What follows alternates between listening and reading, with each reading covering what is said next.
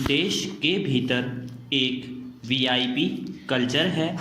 देश को चलाने वाली संस्थाओं में बैठे लोगों को मिलने वाली रियायतें और विशेष दर्जा देने वाली कोशिशें उन्हें आम लोगों से अलहदा कर देती हैं। मसलन लाल बत्ती कल्चर को भी इससे ही जोड़कर देखा जाता था। सरकार ने पहल की और गाड़ियों में लाल बत्ती लगाकर विशेष बनने की कोशिशों पर काफ़ी हद तक विराम लग गया।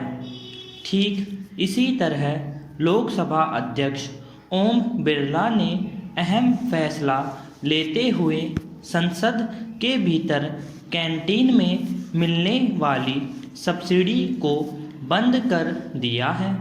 उत्तर रेलवे के बजाय अब आईटीडीसी संसद की कैंटीनों का संचालन करेगी। यहाँ पर बाजार दर पर ही भोजन मिल सकेगा। गौरतलब है कि सब्सिडी खत्म करने की मांग काफ़ी समय से हो रही थी। सब्सिडी की वजह से देश के सांसदों के संसद की कैंटीन में खाना काफ़ी कम दाम पर मिलता था।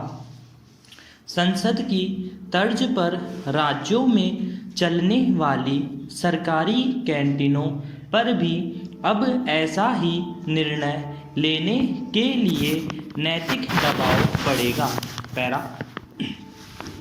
दरअसल इस कोशिश को देश की जड़ों में प्रवेश कर गई वीआईपी कल्चर को खत्म करने की दिशा में एक पहल के तौर पर देखा जाना चाहिए।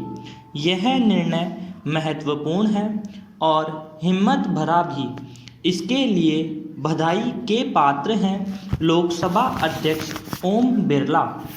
कैंटीन में मिलने वाली सब्सिडी खत्म करने के लिए लोकसभा अध्यक्ष बिरला ने ही सुझाव दिया था। सभी पार्टियों ने इस मसले पर सहमति जताई थी।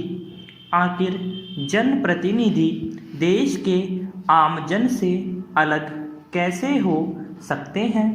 राजनीति में जिस तरह से चकाचौंध और वीआईपी संस्कृति प्रवेश कर गई है, उसने जनप्रतिनिधियों को आम लोगों से न केवल दूर कर दिया है, बल्कि विशेष होने का एहसास भी करा दिया है।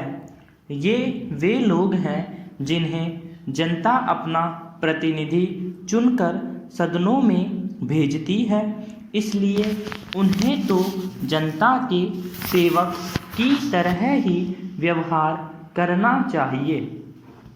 उन्हें क्यों विशेष रियायतें दी चाहिए? क्यों यह प्रदर्शित करने की कोशिश की जाए कि वे सामान्य से अलग व्यक्ति हैं? सांसदों विधायकों को उनके वेतन भत्ते मिलते हैं और दूसरी सुविधाएं भी। उसके बाद सदनों में चल रही कैंटीनों के लिए सब्सिडी देना कहीं से भी उचित नहीं। आखिर वीआईपी के ऊपर सब्सिडी के जरिए होने वाले खर्च का बोझ देश के टैक्सदाता पर क्यों होना चाहिए? सरकार को इस तरह के दूसरे और भी माध्यमों को करीब से देखना चाहिए और उनकी समीक्षा करवानी चाहिए। अगर कहीं और भी इस तरह की बेवजह की सब्सिडी दी जा रही हो तो उसे तत्काल बंद कर दिया जाए।